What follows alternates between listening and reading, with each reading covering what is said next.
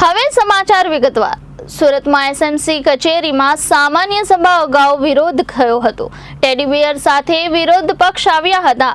Deputy મેયરની કરતૂતને લઈને વિરોધ પક્ષ દ્વારા વિરોધ કરવામાં આવ્યો હતો।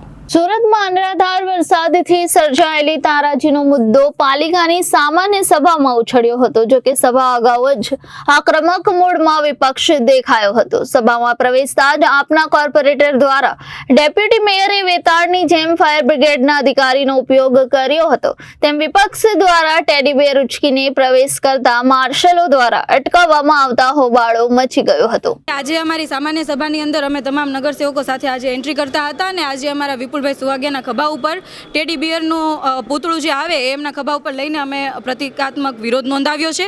2 દિવસ પહેલાની જે ઘટના બની હતી કે જેમાં 21 વર્ષનો યુવાને પોતાનો જીવ ગુમાવ્યો હતો આ તંત્ર અને શાસકોની બેદરકારીના કારણે।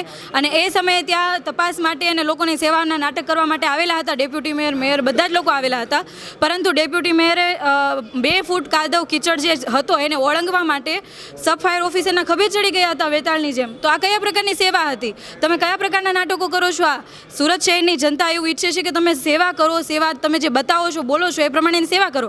એક બાજુ સુરત શહેરના લોકો ખાડીના ગંદા પાણીની અંદર લોકો જીવતા હતા, અઠવાડિયું એમાં જીવા છે, ખાડીપુરની અંદર બાળકોના મૃત્યુ થાય છે, અને બીજી બાજુ આ પ્રતિનિધિઓને ભારતીય જનતા પાર્ટીના પ્રતિનિધિઓને પોતાના કપડાં અને ચપ્પલ નહીં પડી છે।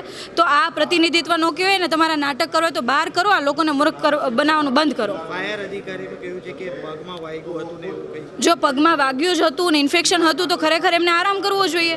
ત્યાં વચ્ચે આવવાની શું જરૂર હતી? ઇન્ફેક્શન તો બીજાને લાગી શકે છે, અને જે પ્રમાણે એમનું બતાવે છે શૂઝ પહેરેલા, સોક્સ પહેરેલા, બધું પહેરેલું છે, તો એમાં કોઈ ઇન્ફેક્શન હતું ને, તો ખોટા નાટકો હતા ને, લૂલો બચાવ હતો। Reporter Arvind Rathod, Janadesh news, Surat.